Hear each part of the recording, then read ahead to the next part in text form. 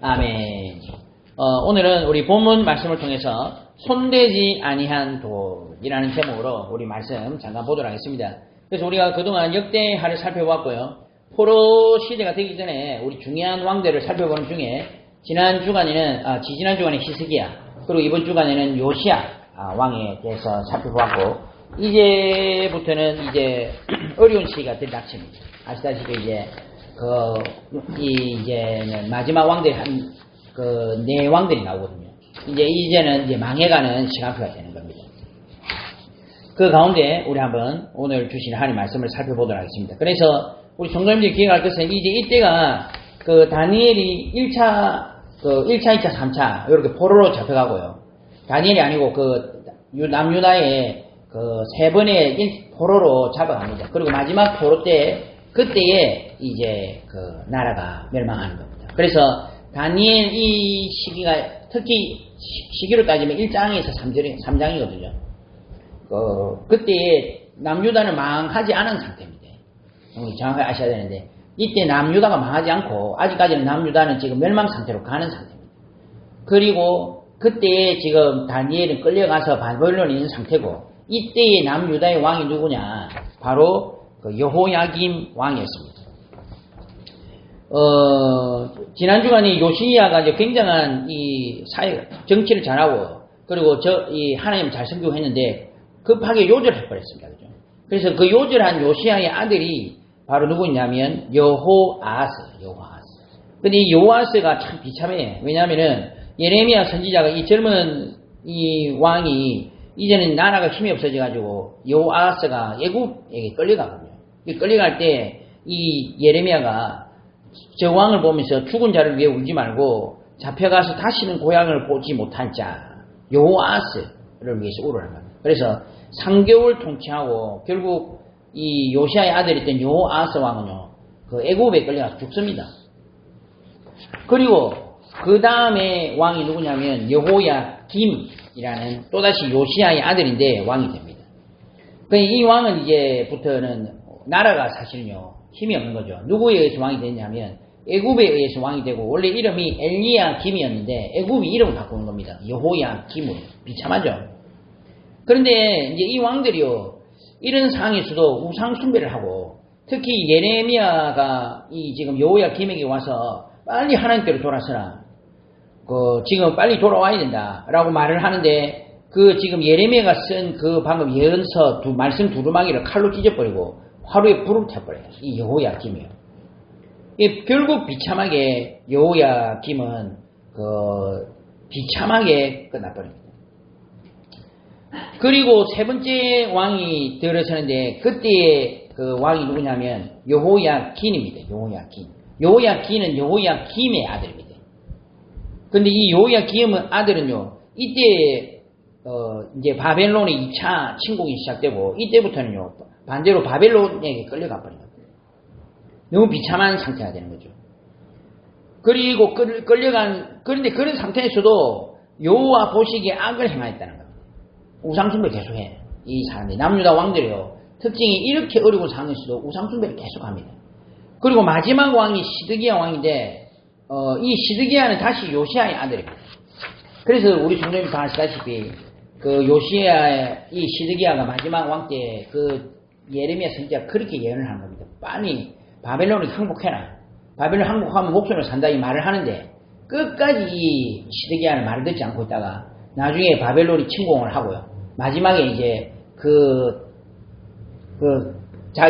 시드기야가 보는 앞에서 자녀들을 다 죽이고요. 그리고 시드기야의 두 눈을 뽑고, 그리고 시드기야를 끌고 바벨론의 수도로 끌고 갑니다. 이런 상태로 되면서 이제 예루살렘, 특히 남유다는 완전히 멸망하게 됩니다. 비참하죠. 지난 주간에 말씀드렸듯이 요시야가 우리가 뭐라고 했습니까? 하나님께서 요시야에게 이런 말씀하시잖아요.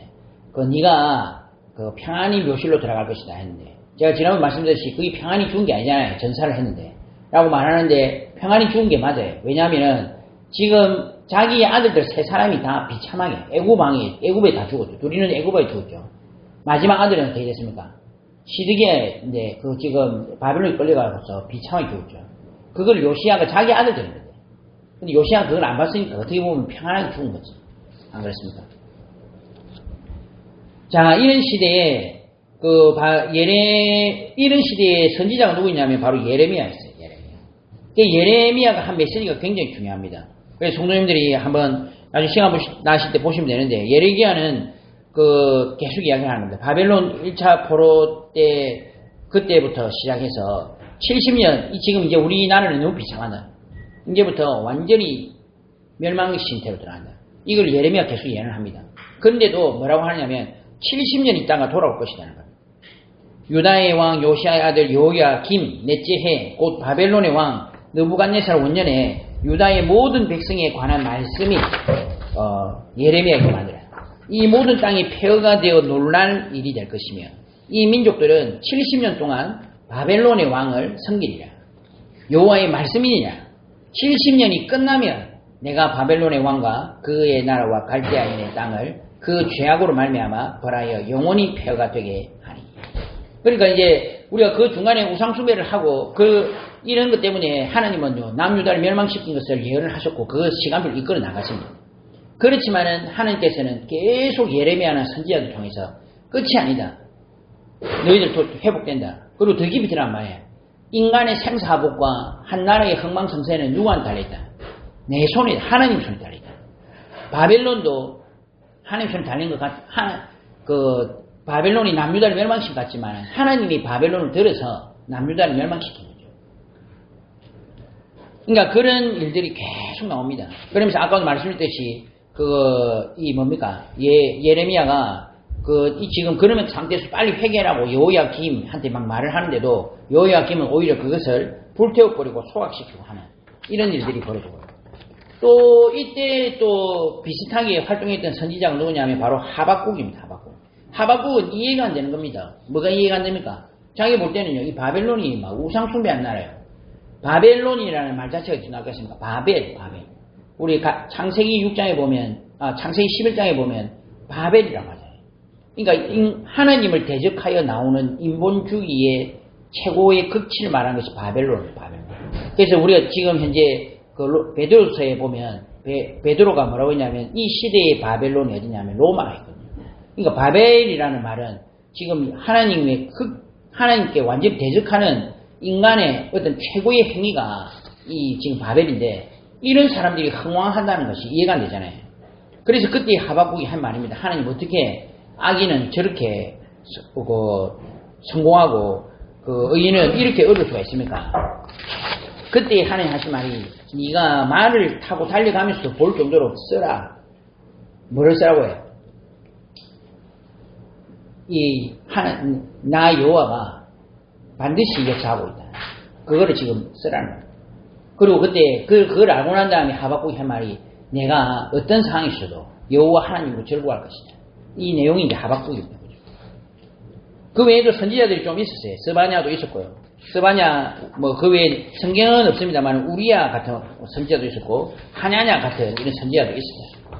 그래서 성도님들이 이런 걸 좀 알고 성경을 보시면 굉장히 도움이 됩니다. 그 가운데 오늘 이 시기를 배경으로 해서 나온 상황이 누구냐? 바로 다니엘서 1장부터 3장이고요. 그 가운데 오늘 2장입니다. 다니엘서는 성도님들이 한번 쭉 읽어보면 아시겠습니다만은 거의 1장부터 6장까지는 사건에 대해서 기록이 되어 있고요. 7장부터 12장까지는 환상입니다. 환상. 이 사람들이 좀 많이 어려워하죠. 그리고 우리 특히 보면 1장 그리고 3장 1장에는 어떤 사건입니까? 우리가 지금 다니엘 사드락 메삭 아벳느고가 지금 우상을 섬겼던 지금 음식을 먹지 않는다. 지금 그 사건이 나오고요. 3장에는 뭡니까? 사드락 메삭 아벳느고가 불에 들어가는 그 사건 있잖아요. 그리고 6장은 뭡니까? 다니엘이 다리오 왕 그리고 그 사자굴에 들어가서 살아남는 그 사건. 그래 우리 보통 1장, 3장, 6장만 알고 있거든요. 이 사실은 성도님들 이 다니엘서를 관통하는 것은 오늘 다니엘서 2장이 다니엘서를 관통하는 가장 중요한 사건입니다.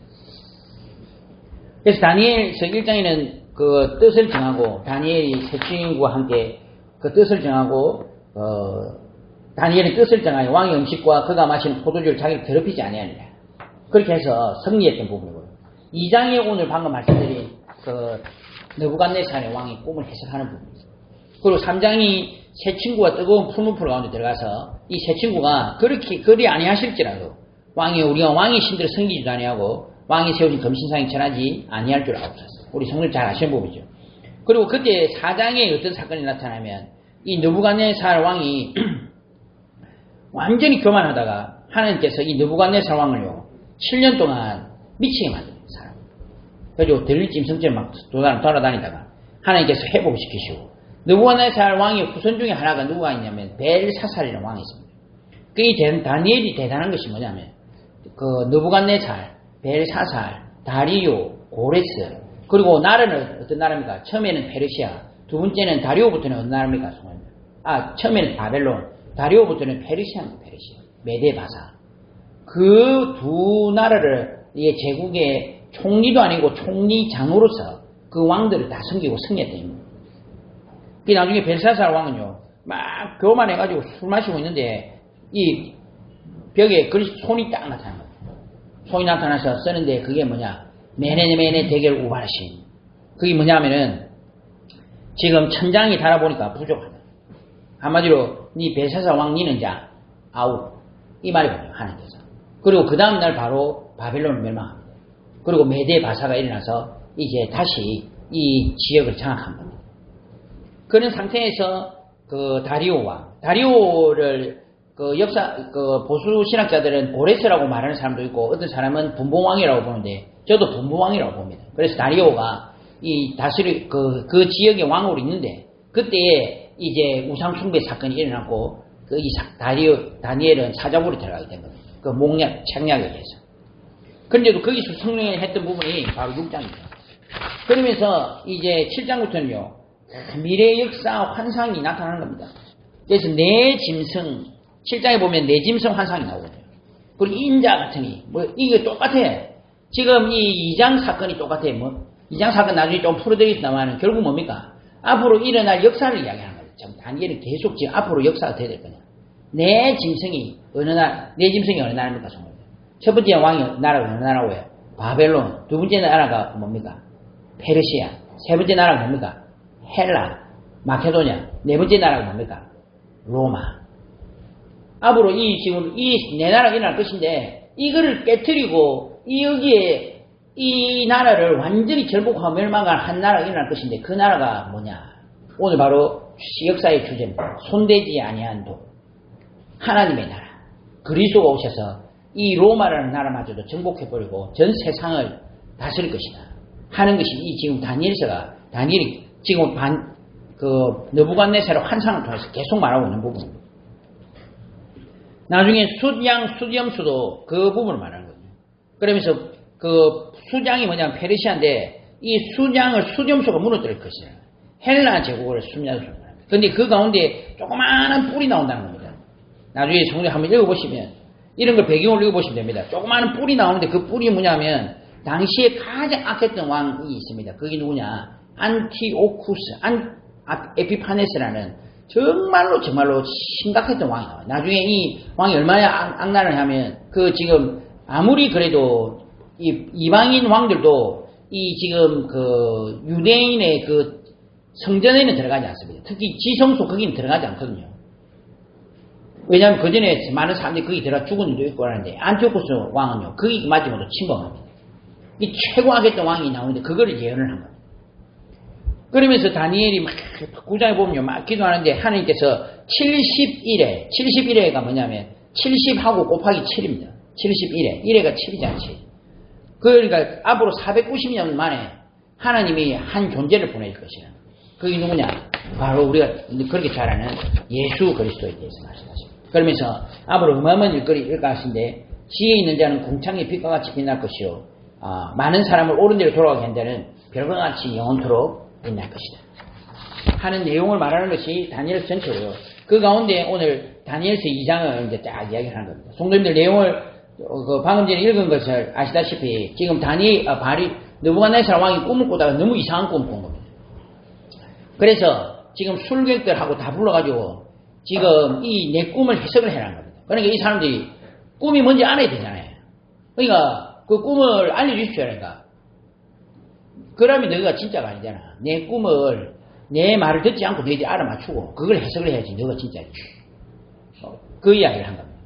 그러니까 이 지금 수객들이 뭐하냐면 그런 사람은 이 땅에 아무도 없습니다. 어떤 사람도 그렇게 할 수 없습니다.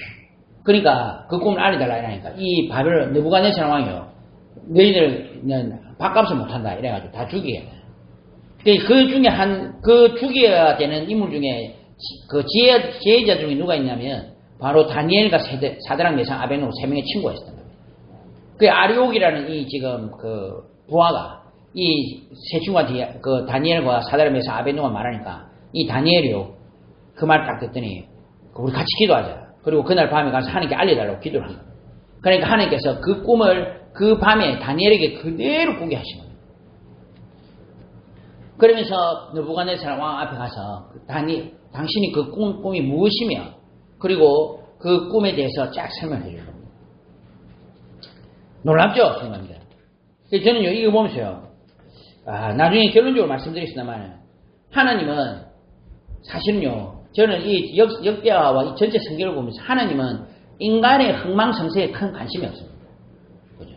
한 국가와 그리고 개인은 물론 이제 거기에 편성하고 그 하나님의 계획대로 살아가는 사람들에게는 하나님 항상 역사를 하십니다만 사실은 한편으로는요 하나님은 사실은요 그런 것 상관없이 하나님의 이 역사와 하나님의 이 언약을 그대로 성취시키고 계십니다. 그래서 이제 다니엘이 그 느부갓네살 왕에게 가서 그 꿈을 이야기하는 겁니다. 그래서 오늘도 말씀하셨듯이 뭐라고 하냐면 그 우상의 머리는 순금이요 가슴과 두 팔은 은이요 배와 넓적다리는 노시요 그 종아리는 쇠요 그 발에 얼마는 쇠요 얼마는 진흙이었나이다. 순금은 방금 전에 말씀드렸듯이 바벨론 제국이야. 바벨론 제국. 그래서 그 BC 기원전 한 626년부터 539년까지 그 어마어마한 지금 이제 그 정복 강력한 제국을 만들었거든요. 바벨론이.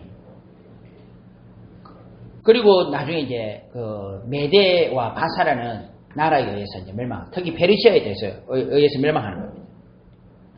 그리고 은은 가슴과 두 팔은 은이요 그랬습니다. 은으로 된 가슴과 두 팔은 그 메대와 페르시아를 이야기해요. 우리가 늘 알다시피 원래는 메디아라고 하거든요. 메디아라는 나라가 어마어마하게 지금 강력했는데 어느 날 그 딸이 꿈을 꾼 겁니다. 딸이 꿈을 꿨는데 그 딸이 무슨 꿈을 꿨냐면 이 소변을 봤는데 이 소변이 흘러넘쳐서 그냥 홍수가 돼버린 겁니다.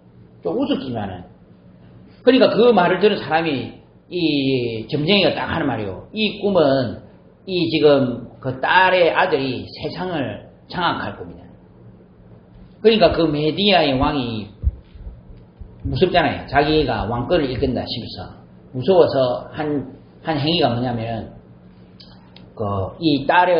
이 아들을 죽이라 명령을 한 겁니다. 그런데 죽지 않고 살아남아서 나중에 그 지역을 장악하고 정복하기 시작하는데 그게 바로 바사라는 나라의 지역이었습니다.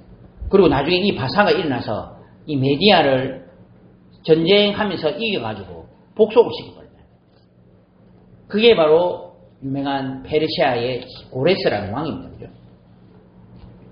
그래서 나중에 이 메대 바사가 이 바벨론을 멸망시켜버립니다. 그러니까 금보다 가치는 떨어지지만 군사는 더 강했다는 것입니다. 왕을 뒤이어 왕보다 못한 다른 나라가 있는 것이죠. 조금 떨어지는데 그래도 나중에 이 바벨론을 정복했다는 것입니다. 그리고 또 뭐라고 하냐면 그 배와 넓적다리는 노시요. 노스로 된 배와 넓적다리는 어디를 말하냐면 그 헬라와 그리스 제국이야.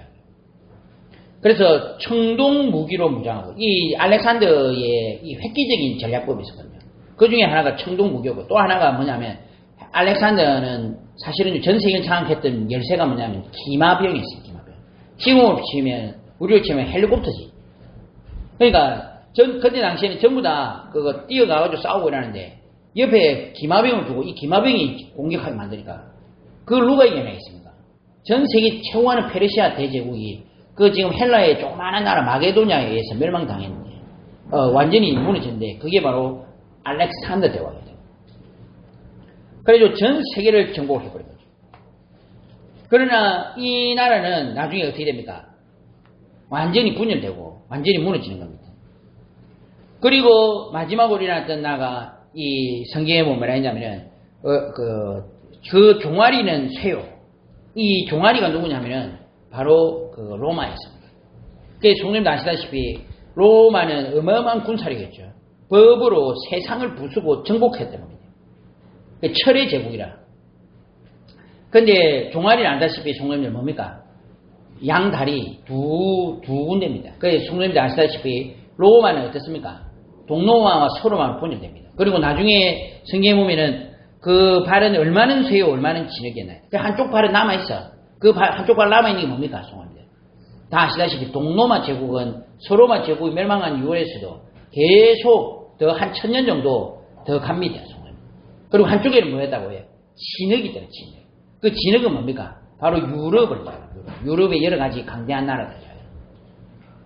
그런데 그 신상의 새와 진흙의 발을 쳐서 왕이 보시죠. 그때에 손대지 아니한 돌이 나왔대요. 철과 진흙이 섞여가지고 이제 막 왕께서 철과 진흙이 섞인 것을 보셨은지 그들이 다른 인종과 서로 섞일 것이나 그들이 피차에 합하지 아니하면 철과 진흙이 합하지 않은 것 같은. 나중에 보면 결국 동로마 제목은요, 이렇게 섞인다든가 그렇게 되지 않고 나중에 멸망됩니다. 그죠? 그러면서 나중에 무너지는 것입니다. 근데 이제 오늘 중요한 것이 뭡니까? 하이라이트가 뭡니까? 손대지 아니한 돌이 나타나서. 성경은 뭐라 했냐면은, 손대지 아니한 돌이 나와서 신상의 새와 진흙의 발을 쳐서 부서뜨리며 그때 새와 진흙과 녹과 은과 금이 다 부서져 여름 타작마당에 경같이 되어 바람에 불려간 곳이었었고 우상을 친 돌은 태산을 이루어 온 세계에 가득하였나이다. 그래서 성령님들 손대지 아니한 돌이 뭡니까? 손대지 아니한 돌이 뭘까요? 이게 돌이 뭐예요? 누가 던져야 되잖아요. 그리고 돌을 만들려고 하면 돌이 없으면 돌을 부서뜨려가지고 만들어야 되잖아요. 근데 누가 부서뜨리지도 않았어. 누가 만들지도 않았어. 그리고 누가 던지지도 않았어. 그냥 돌이 떠서 날아와서 지금 그 나라를 부서뜨렸다. 그러니까 사람의 힘으로 가공하여 일어난 존재가 아니라 하늘에서 내려온 한 존재가 내려와서 이 나라를 판도를 완전히 바꾼다는 겁니다. 그게 누굽니까? 바로 이 땅에 오신 그리스도를 의미하는 거죠. 그래서 성도님들 우리가 얼마나 감사한지 모릅니다. 처녀가 잉태하여 아들을 낳을 것이요. 그 이름을 임마누엘이라 해요. 우리와 상관없이 이 땅에 내려오셔서 하나님께서 이 땅에 오셔서 우리의 모든 문제를 다 해결해 주시고 그리고 인류를 구원하시 오셨는데 이것이 바로 아까 말씀드렸듯이 바벨론, 페르시아, 헬라, 로마 제국을 완전히 무너뜨리고 이 지금 온 세상을 하나님의 나라로 만드는 응답과 축복 가운데 들어갈 것이다. 아까도 말씀드렸듯이 뭡니까? 태초에 말씀이 계시냐. 우리와 상관이 없어요. 우리와 상관없이 이 땅에 오신 한 존재인 겁니다. 이분은요, 온 세상을, 그리고 또 한편은 뭡니까? 말씀이 육신이 되어 우리 가운데 가신 거예요. 우리가 뭐냐, 아버지의 독생자의 영광이에요. 은혜와 진리가 충만하더라. 그러니까, 아무리 대단한 왕, 아무리 대단한 제국이 일어나도 이것과 상관없이 이 땅에 한 존재가 오셔서 이 전 세상을 지금 다스릴 것이다. 그 이야기를 했고요. 그 존재가 바로 그리스도를 의미합니다. 사실은요, 그래서 다니엘에서 1장부터 12장, 그리고 성경 전체를 꿰뚫는 사상이 바로 이 지금 바벨론의 느부갓네살의 환상이죠. 세상 제국을 심판하고 무너뜨리는 겁니다. 다니엘 2장 33절에 보면요, 금, 은, 철로 대변되는 이 세상의 모든 권력을 예수 그리스도의 이 돌이 왔어요. 완전히 무너뜨립니다.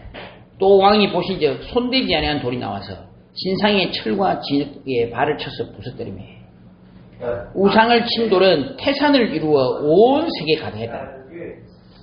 나중에 뭐라고 했냐면 이것은 영원히 망하지도 아니할 것이요 그 국권이 다른 백성에게도 돌아가지 않을 것이요.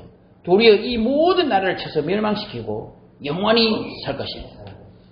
근데 성도님들, 우리가 아무리 이 땅의 나라와 이 땅의 제국이 대단하고, 우리 상대로 우리 집사님도 이번에 인도 갔다 오셨지만, 사실 성도님이 아시는지 모르겠는데, 인도는 그 성교 사이에 무덤이라 하는 것입니다. 그렇게 어렵고 힘든 현장에서도 우리 집사님 말씀드리니까 저는 너무 은혜되고 감사해요. 그러니까 얼마나 감사합니까? 사실요, 그 복음을 이길 자가 없어요. 아무리 연약하고 부족해도. 우리가 볼 때는 너무 힘들고 약하고 그렇게 보인다 할지라도 나중에 이 복음과 예수 그리스도 하나님 나라를 이길 존재가 이 땅에 없습니다.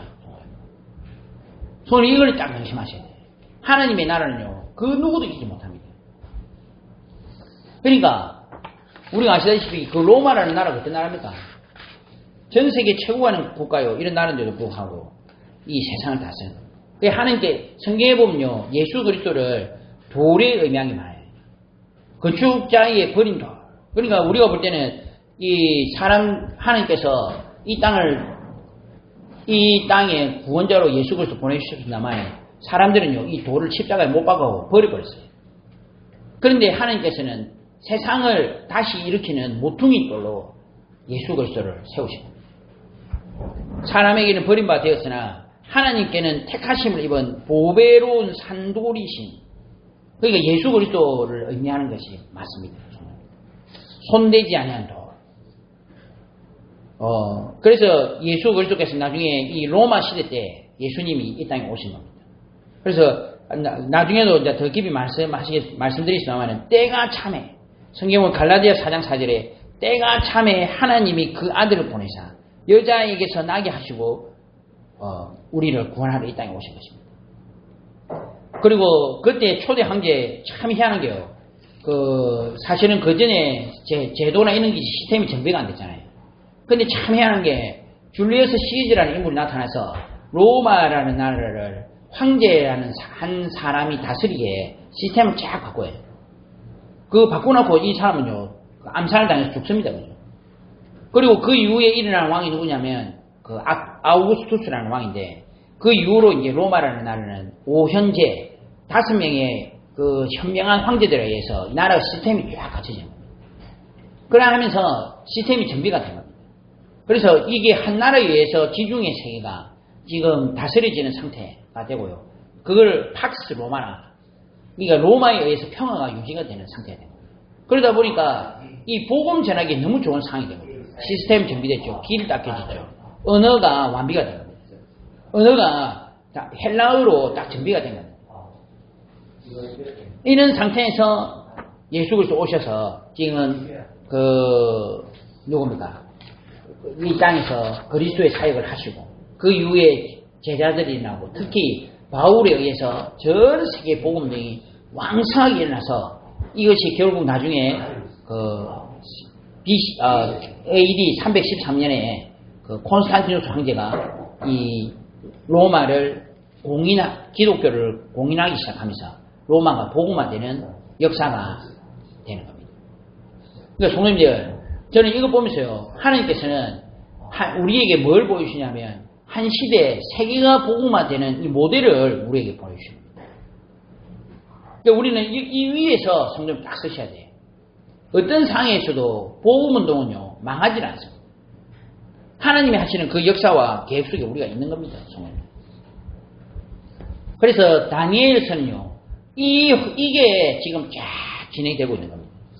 그러니까 우리가 사실은 이걸 알아야 돼요. 성도님. 그래서 이런 상태에서 다니엘은 뭘 했다고 해요?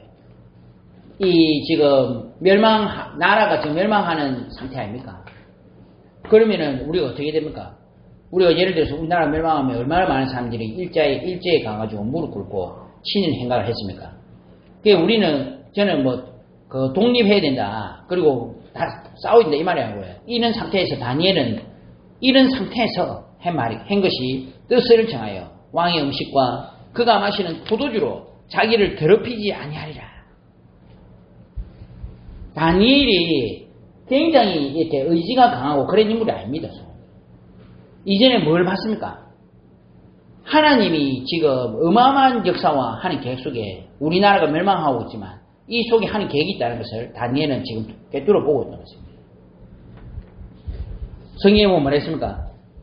그런 상황에서 그 느부갓네살이 자신에게 절을 해라. 절을 안 하지만 나중에 불에 타고 죽겠다. 이때에 사드락메삭 아벳느고가 한 말이요. 왕이여, 우리가 섬기는 하나님이 계시다면 우리를 맹렬히 타는 풀무풀 가운데서도 능히 건져내시겠고 왕의 손에서도 건져내실 것입니다. 그렇게 아니하실지라도 왕이여, 우리가 왕의 신들을 섬기지도 아니하고 왕이 세우신 금신상에게 절하지도 아니할 줄을 아옵소서. 그게 지금 사드락메삭 아벳느고가 대단한 인물이 아닙니다. 성입니다. 뭘 본 겁니다. 뭘 봤습니까? 하나님의 나라 예수 그리스도 이 땅에 하나님의 그 역사와 섭리를 지금 보고 있어요. 성도님 이걸 딱 기억하셔야 돼요.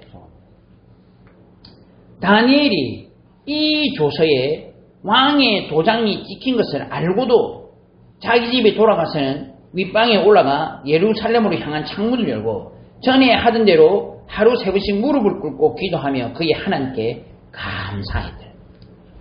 그건 무슨 말이에요? 이 지금 다니엘이 막 신앙이 튼튼하고 성격이 강하고 해서 한 게 아니고 제가 말씀드렸듯이 하나님이 하시는 이 손대지 아니한 돌이 와서 이 땅을 부수뜨리고 그 가운데 니도 있는 거야. 바벨론 왕 너 대단한 게 아니야. 하나님이 하신 거야. 성도님 이게 성도님 머릿속에 딱 있어야 돼. 어떤 부교자 이야기 하더라고요. 부교자가 목사님 우리 부교자가 큰 교회는 뭐 하냐면 1억씩 놓고 면접을 보거든요. 담임 목사님 면접을 딱 보는데 담임 목사님이 얼굴을 딱 보더니 인상이 안 좋네. 인상이 안 좋으니까 1년만 계약하자 이러더라고요. 담임 목사님이 이 부교자가 사실은 대단한 사람이라 자기가 그걸 자기 설교할 때 수요예배 설교와 신학교에 설교할 때 이야기를 하더라고요. 딱 나오면서 하는 말이에요. 목사님께서 저를 1년간 계약직으로 하실지 몰라도 부교육자 나의 인생은 하나님 손에 달려 있습니다. 자기가 그 고백이 다 있다. 진짜 이후로 그 교회에서 사역 최고 잘하고 나중에 나갈 때도 나가지 말고 제울도 부탁하고 이 정도로 사람이 있습니다. 성도님들 우리가 마음속에 그게 있어야 됩니다. 맞잖아요. 아무리 세상이 대단하고 아무리 우리 위에 사람 대단하고 우리한테 막 죽일 듯 해도 하나님을 이기는 사람이 누가 있습니까? 우리는 하나님을 계획을 위해서 살아가는 사람입니다. 안 그렇습니까? 성도님들? 그러니까 지금 우상숭배 안 하면 죽이겠다 하는 그 조서에 왕의 도장이 찍힌 거 알고도 올라가서 기도하는 겁니다. 성도님들 이거는 뭐 기백이나 대단한 의지가 아닙니다. 그죠? 뭡니까? 믿음. 올바른 믿음. 나중에 다니엘이 고레스에 대해서 예언하는 이사야 부분이 있거든요.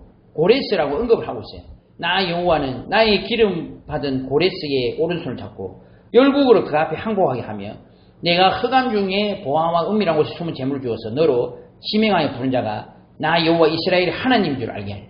이거를 가지고 고레스에게 가서 해준 겁니다. 그러니까 고레스가 그 말을 듣고요. 이 지금 유대인들 이스라엘 백성을 다시 돌아가게 만들어라. 이 명령을 내립니다.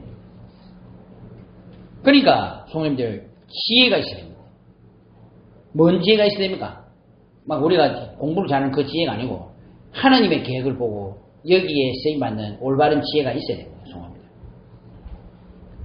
그러니까 우리가 오늘도 이 지금 1차 포로 사건에 다니엘이 지금 바벨론의 느부갓네살 왕의 환상을 해석해 주면서 우리가 깨달아지는 것은 뭡니까? 하나님은 복음 운동을 해 나가십니다. 전도 운동을 해 나가십니다. 그죠? 그 가운데 남유다도 하나의 도구일 뿐이었습니다. 바벨론도 하나의 도구일 뿐이었습니다. 하나님은 원하시는 게 뭡니까? 이 올바른 복음 운동, 전도 운동이 복음을 주시고 이 복음을 통해서 전 세계가 살아나길 바라시는 겁니다. 거기에 남유다가 올바로 쓰임받지 못하니까 어쩔 수 없이 남유다를 멸망시키고 바벨론이나 아수르 들어서 사용하신 거죠. 우리는 딱 알고 있어야 돼. 나의 계획을 위해서 하나님을 끌어들이시면 안 됩니다. 뭐를 해서 됩니까? 하나님의 계획에 내가 쓰임받도록 기도하셔야 돼요. 맞죠? 그러니까 하나님은 절대로 이 우리가 믿는 성경에 나오는 이 주 여호와 하나님, 성삼일체 하나님께서는 절대로 개인의 흥망성쇠와 한 나라의 부강을 위해서 움직이시는 하나님의 하나십니다. 그러니까 하나님의 그 역사와 그 계획은요, 지금도 계속 이루어지고 있습니다. 놀랍죠? 그러니까 저는 그런 상황에서 우리가 할 건 감사밖에 없어요. 하나님이 쓰신다는데 얼마나 감사해요. 그리고 여기에 내가 그 쓰임받는 데 있는다. 그 기적 같은 일 아닙니까? 얼마나 내보다 뛰어나고, 얼마나 내보다 똑똑한 사람 많은데, 하나님은 우리나라와 우리 이 개인, 우리 전도자들을 들어 쓰시겠다. 그러니까 우리가 할 것은요, 감사. 또 한 번은요, 또 한 가지는요, 우리가 지금 이런 여러 가지 시스템 속에서, 공동체 속에서, 우리가 공동체가, 내가 몸담은 공동체가 어렵고 힘들 수가 있습니다. 맞잖아요. 사실은 남유다가 멸망이 갑니다. 그런데 이럴 때 나오는 태도를 우리가, 다니엘과 이 세 친구 통해서 알 수가 있습니다. 그러니까요, 다니엘은 뜻을 정하여 왕의 음식과 그가 마시는 포도주로 자기를 더럽히지 않아요. 그거는 대단한 기백이 아니죠. 그러니까 하나님의 계획을 보고 끝까지 우리가 기도하고 인도받았다. 성도님들, 저는 우리 청년들한테 꼭 말하고 싶은 이겁니다. 우리가 사실은요, 무슨 문제가 생기고 내가 속한 공동체에 어려움 왔을 때, 그리고 내가 힘들 때 사실은 사람들이요, 너무 자기 문제에 매몰되어 있으면 그 흐름을 놓칠 수가 있습니다. 그런데 다니엘 같은 경우에는 사실은요, 남유다 멸망하고 자기가 지금 바벨론으로 끌려갔다. 어떻게 보면 인생의 기회 아니겠습니까? 이 남유다 이제 나는 손절시키고 바벨론에 가고 내가 하면 내 앞으로 내 밥 먹고 사는 건 아무 걱정 없는데.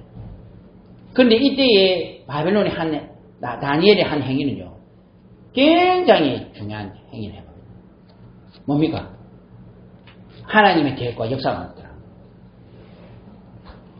그래서 제가 예전에 아주 뜻깊게 본 영화가 있었거든요. 타이타닉이라는 영화인데, 거기에 보면 이제 타이타닉 배가 확 바닷속에 들어가는 겁니다.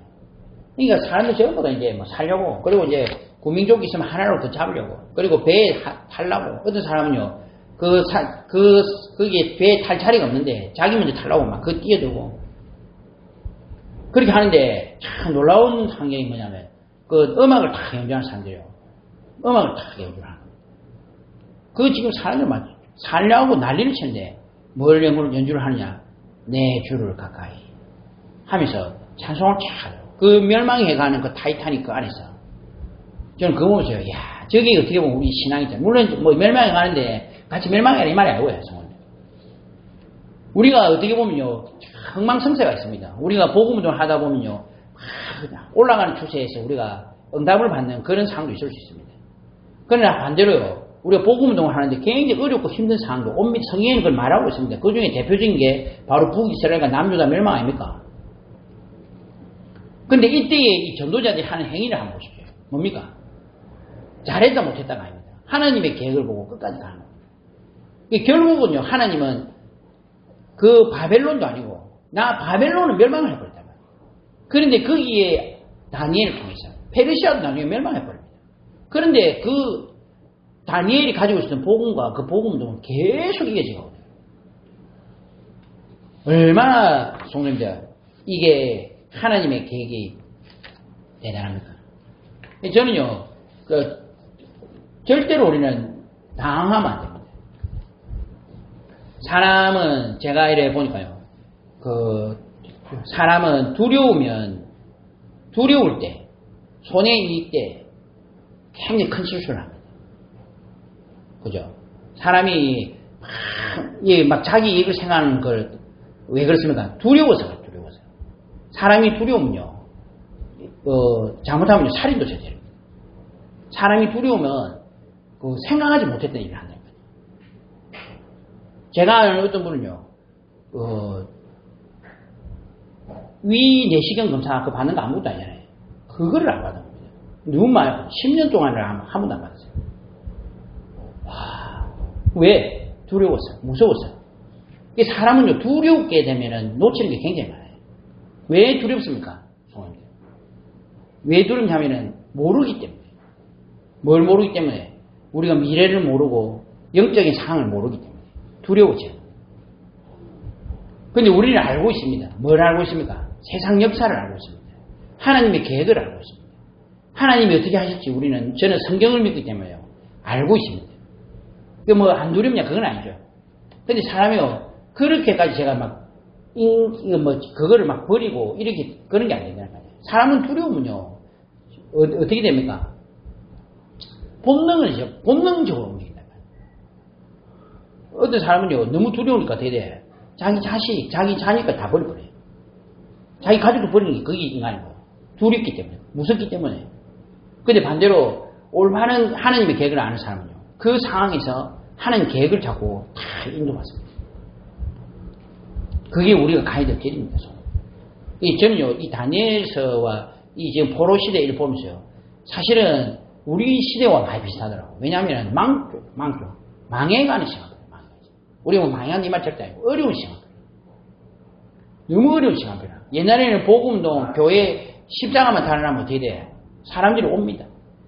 막 이랬는데 요즘은요, 교회 십자가 달면 사람들이 침 뱉고 욕하고 갑니다. 이런 어려운 시대인데도, 그런 시대인데도 올바로 인도받는 중요한 전도자들이 나왔다는 거죠. 그 대표적인 인물이 다니엘입니다. 이 다니엘이 한 말이 무슨 말입니까? 지혜 있는 자는 궁창의 빛과 같이 빛날 것이요, 많은 사람을 옳은 대로 돌아가게 한 자는 별과 같이 영원토록 빛나리라.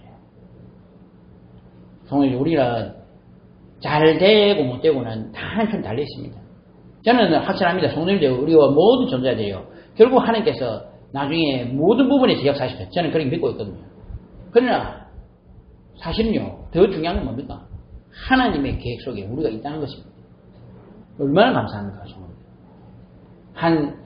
한 사람이, 저는 너무 웃기더라고요. 그러니까 자기가 죽을까 두려워가지고 막 돈하고 이런 거 챙겨놨다. 나중에 그 돈이 너무 아까워가지고 병원도 안 가고 이러다가 결국 죽었는 거예요. 내가 보면서요, 어차피 저리 죽을 건데, 진짜 중요한 건 뭡니까?